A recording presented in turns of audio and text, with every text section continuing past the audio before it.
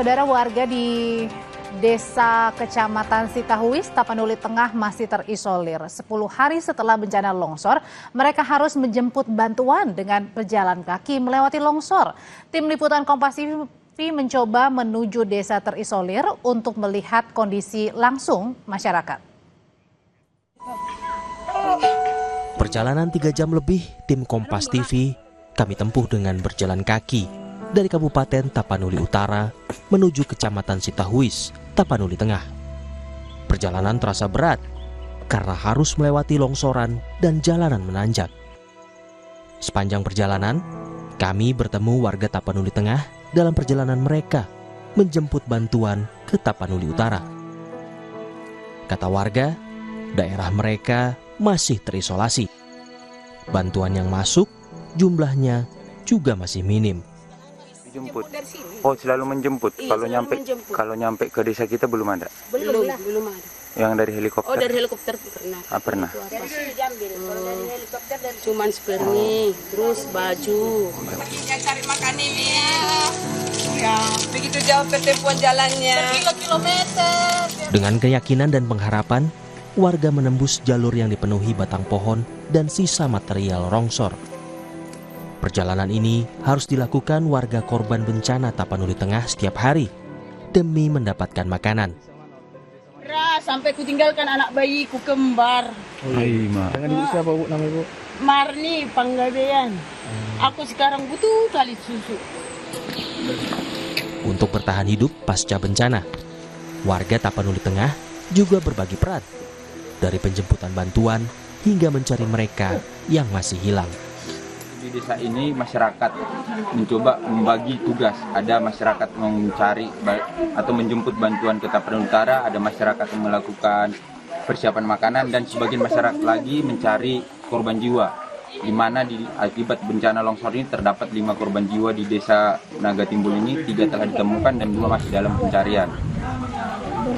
Untuk di depan sana menuju Kota Sibolga masih terdapat puluhan titik-titik longsor, informasinya masih terdapat puluhan korban jiwa yang belum bisa ditemukan akibat pencarian yang masih manual, alat berat belum bisa masuk, jalan-jalan masih tertutup, baik dari Tapanuli Tengah, dari Tapanuli Selatan, ataupun dari Tapanuli Utara, semuanya masih tertutup, masyarakat masih terisolir, dan masyarakat sangat berharap agar segera akses ini bisa terbuka.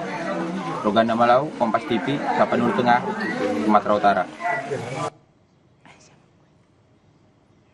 Di Kabupaten Biren Aceh, operasional RSUD Fauzia yang merupakan rumah sakit rujukan utama mengalami berbagai kendala, mulai dari listrik padam, BBM langka, hingga kekurangan tenaga medis.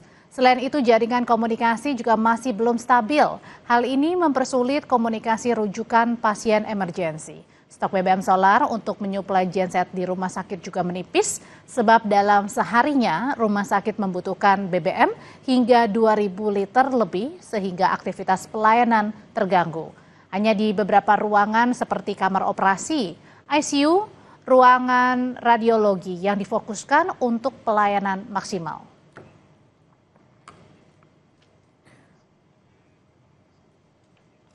Kementerian Kesehatan memastikan percepatan perbaikan fasilitas kesehatan terdampak bencana.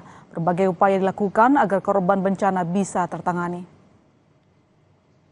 Wakil Menteri Kesehatan Benjamin Paulus Octavianus bilang 31 rumah sakit dan 156 puskesmas terdampak bencana banjir dan longsor di Sumatera. Benjamin memastikan fasilitas kesehatan terdampak akan segera dibantu agar operasional bisa kembali berjalan. Tak hanya Vaskes, penambahan tenaga kesehatan juga dimaksimalkan untuk penanganan korban bencana Sumatera. Hal tersebut disampaikan Wamenkes dalam konferensi pers di Jakarta pada Jumat kemarin. Vaskes yang terdampak itu 31 rumah sakit, 156 puskesmas, dengan rincian Aceh 13 rumah sakit, puskesmasnya 122. Lalu Sumatera Utara 18 rumah sakit dan 22 puskesmas, dan Sumatera Barat 9 puskesmas. Nah, ini yang ditugaskan kepada kami ke sana melihat agar segera fasilitas kesehatan itu mana yang bisa beroperasi, mana yang sama sekali tidak bisa beroperasi, mana yang bisa segera kita tolong segera.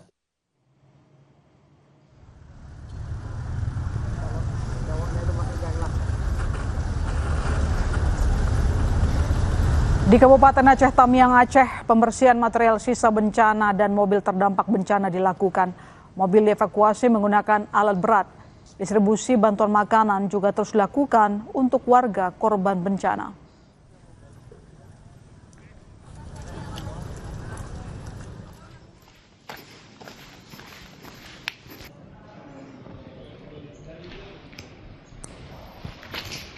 Pasca banjir, layanan rumah sakit di Aceh Tamiang lumpuh total. Salah satu fasilitas kesehatan yang rusak, yakni Rumah Sakit Umum Daerah Muda Sedia di Aceh Tamiang.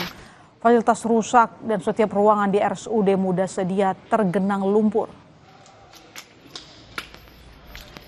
Soal kerusakan fasilitas kesehatan dan kebutuhan fasilitas kesehatan di Aceh Tamiang, Aceh, kita akan bahas bersama Direktur RSUD Muda Sedia, Andika Putra. Selamat petang, Dok. Pak Andika, selamat petang. Pak Andika, selamat petang, Mbak. Bagaimana kondisi terkini fasilitas kesehatan di Aceh Tamiang? Ya, kondisi saat ini pasca banjir seluruh ruangan di RSUD Muda Sedia Kabupaten Aceh Tamiang tergenang lumpur. Dan seluruh peralatan yang ada di RSUD terendam air setinggi 1,5 sampai 2 meter dan itu mengakibatkan kerusakan seluruh alat-alat kesehatan. Kondisi tersebut mengakibatkan saat ini kami tidak bisa melakukan operasional pelayanan kesehatan. Sama sekali tidak bisa melaksanakan operasional kesehatan baik di dalam maupun luar rumah sakit ya Pak? Kalau di luar rumah sakit saat ini sudah terbentuk posko-posko kesehatan di beberapa wilayah sudah banyak untuk membantu pelayanan kesehatan di titik-titik pengungsian. Sedangkan untuk pelayanan di dalam, insya Allah kami dalam 3 hari ini akan membuka kembali layanan IGD terbatas. Dan dalam 3 hari ini kami dibantu oleh personel dari TNI dari batalion untuk membersihkan ruangan UGD. Dan hari ini sudah 90%, tinggal finishing saja pembersihan UGD. Ketika ini UGD selesai dibersihkan, maka dalam waktu dekat, dalam waktu 2-3 hari ini, setelah listrik dan suplai air masuk, maka pelayanan UGD sudah bisa dibuka kembali. Dan kami ini saat ini akan didukung oleh dari RSUP Adam Malik. Kebetulan hari ini juga Direktur RSUP Adam Malik juga sudah turun ke Rumah Sakit Muda Sedia Aceh Tamiang dalam rangka untuk melihat kondisi dan apa-apa saja nanti yang akan disupport dari Rumah Sakit Adam Malik. Kapan rencana aliran listrik bisa masuk dari PLN?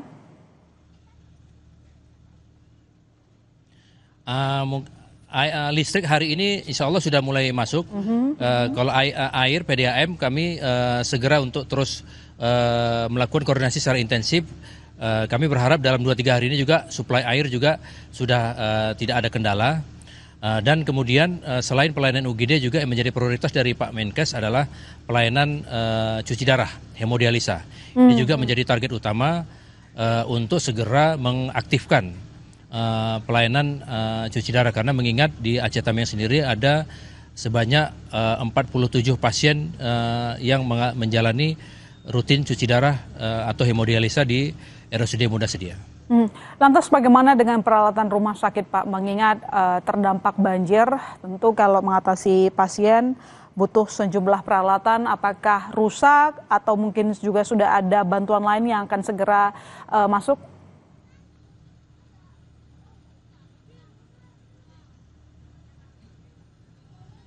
Ya, nanti kami akan didukung dari Rumah Sakit Adam Malik, Mbak. Nanti Adam Malik akan mengirimkan beberapa alat penunjang seperti alat-alat radiologi dan alat-alat laboratorium yang nanti akan diletakkan di UGD.